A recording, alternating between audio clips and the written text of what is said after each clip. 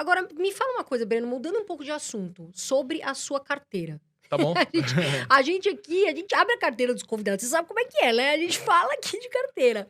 Como que você aloca os seus ativos? Como que está hoje posicionada a sua carteira de investimentos? Boa. Então, o dólar tá alto, né? Isso foi Oh, não, é verdade, isso é muito importante, assim, eu comecei a investir no exterior em 2019, o que fez com que a maior parte da minha carteira agora estivesse no interior. Eu acho que mais 60% da minha carteira tá na Avenue lá. eu tenho 40 lá E também, 40 na lá. Avenue. Então, aí, pô, que massa, o Roberto ali tá feliz aqui. Eu também, É, 28%, então todo ó. mundo vai lá. Cara, mas assim, vamos lá, deixa eu, antes de vou fazer um conteúdo jovens aqui para não simplesmente dar o conceito sem explicar o porquê, tá? A gente vive num país que é maravilhoso, belezas naturais riquíssimas, pessoas que são extremamente acolhedoras e cheio de oportunidade. Melhor lugar do mundo para empreender. Por outro lado, quando a gente fala de preservar o patrimônio que a gente já construiu aqui dentro, a gente precisa encarar os fatos brutos da realidade, que é a gente vive num país com muita instabilidade política, de fato, com leis frouxas de propriedade privada, que é absolutamente burocrático para negócios que são negociados em bolsa. Ou seja, se a gente assume que a gente pode simplesmente se proteger disso, assim como investidores no mundo inteiro se protegem, a gente fala, caraca, né? Taxas de juros, vamos analisar a pandemia. Taxa de juros agora caiu pra caramba, né, na pandemia. Só que o governo ele começa a querer salvar a população. E aí ele começa a emitir esses auxílios, e Auxílio Brasil e Renda Cidadã e Auxílio-Desemprego. E o que acontece? A riqueza na sociedade não está sendo gerada, porque houve uma estagnação econômica. Então, a inflação cai, os juros caem também, porque o Banco Central basicamente quer com que aumente a oferta de crédito, todo mundo tenha mais poder de compra para conseguir melhorar sua qualidade de vida e aumentar o emprego, a taxa de emprego. Beleza. Aí o que o governo faz? Ele acaba falando, quer saber, Banco Central? Tô nem aí pro que você tá fazendo. Vou dar dinheiro para todo mundo, velho, porque a galera tá precisando. E aí a galera recebe dinheiro. E aí vamos dizer, André ganha R$ 1.000 por mês. Só que aí você conseguiu um auxílio para ganhar mais R$ 300. E aí você fala, caraca, velho, eu vou conseguir ver o jogo do Vasco lá, do meu time de paixão. E aí você vai pro jogo do Vasco. E aí Carol fala o seguinte, caramba, ganhei mais R$ 300 também. Também vou assistir o jogo do Vasco. Agora você, milhares de pessoas querendo assistir o jogo do Vasco. O que acontece? O que vai acontecer é que o preço do ingresso vai aumentar, porque simplesmente não tem sentido para o empresário ter uma demanda tão absurda e não peneirar a galera que pode pagar, então o preço vai subir. Só que imagina isso acontecendo com o pão, imagina isso acontecendo com os bens de consumo, imagina isso acontecendo com as tecnologias.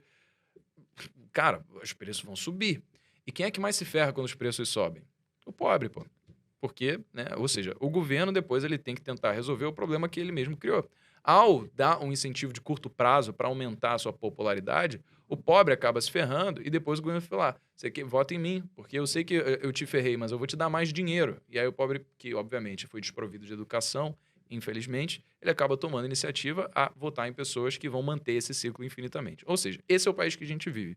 Qual que é a tendência? De 1994, desde o Plano Real até hoje, o dólar só teve uma direção e ela foi Pra cima. para cima. Se o dólar só tem ido para cima por causa de diferenças de governança, de gastos públicos aqui no Brasil versus os Estados Unidos, qual que é a tendência para o longo prazo? Se a gente assume que a gestão de recursos públicos dos Estados Unidos vai ser feita de forma mais eficiente e inteligente do que aqui, e lá existe menos estabilidade política do que aqui, e que lá o mundo inteiro acredita que é uma reserva de valor mais do que aqui, a gente consegue extrapolar isso para o futuro e assumir, caramba, se bobear, o real tá, em relação ao dólar, hoje tá caro ainda. E no futuro ele vai ficar cada vez mais caro. Quer dizer, o dólar ele vai ficar cada vez mais caro em relação ao real.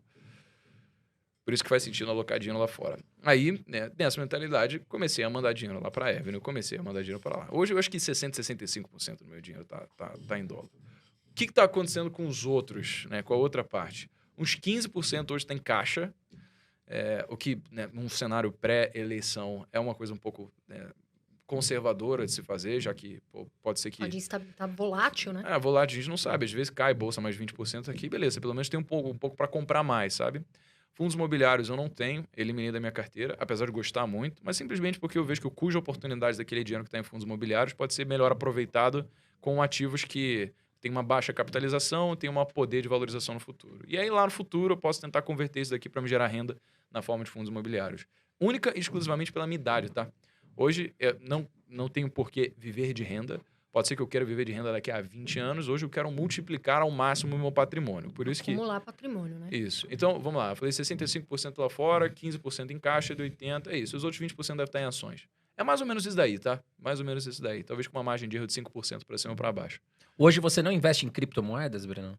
Então, cara, isso é uma coisa que eu obrigatoriamente preciso começar a fazer. Não invisto. Acho que todo mundo deveria ter parte da sua carteira em cripto. O que eu tenho é Coinbase, que é uma empresa, que é uma exchange, fez IPO esse ano. Ou foi no final do ano passado. Foi esse ano. Foi esse ano, né? E basicamente ela ganha na negociação de Ether, na negociação de Bitcoin, na negociação de várias criptos. Então ela acaba também cumprindo meio que uma valorização acompanhando o mercado de cripto, tá? Sim, Só quanto que- mais se valoriza as criptos, a empresa vai junto, né? Assim como o contrário também. Sim. Então você está exposto a esse mercado. E também tem uma coisa legal, porque é uma empresa que tem lastro. Uma criptomoeda, ela tem o valor que é percebido que as pessoas têm sobre ela. Não tem um lastro de verdade. É simplesmente a percepção do coletivo. O que tudo bem, se for a sua filosofia de investimentos, mano, maneiríssimo. Agora, a Coinbase, ela tem pessoas, ela distribui dividendos, ela tem maquinário, ela tem inteligência, ela tem know-how. Então, ela tem uma gestão que busca prezar o crescimento da empresa no longo do prazo, certo? Isso faz com que, inegavelmente, se, por exemplo, as ações da Coinbase forem a 0, a empresa ainda vai ter valor. Então, isso é inegável, indiscutível. Você vai poder aproveitar, comprar uma puta empresa com preço baixo. Mas, dito isso é uma filosofia de investimento que, por exemplo, o Warren Buffett se compactua. Não necessariamente acho que a gente tem que ser bitolado ao ponto de só pensar nisso, tá? Eu acho que, definitivamente, cara, você acredita que o mundo ele vai ser melhor descentralizado financeiramente, um mundo onde que as pessoas elas não vão precisar se preocupar com política monetária expansionista, populista, para que os pobres mais se ferrem, porque você pode imprimir moeda a rodo. Cara, criptomoeda você está comprando então por uma causa. Você está comprando, você quer viver num mundo onde você não precisa se preocupar com o governo, tendo uma má gestão de recursos públicos. Você quer viver num mundo onde você tem controle sobre o seu próprio dinheiro.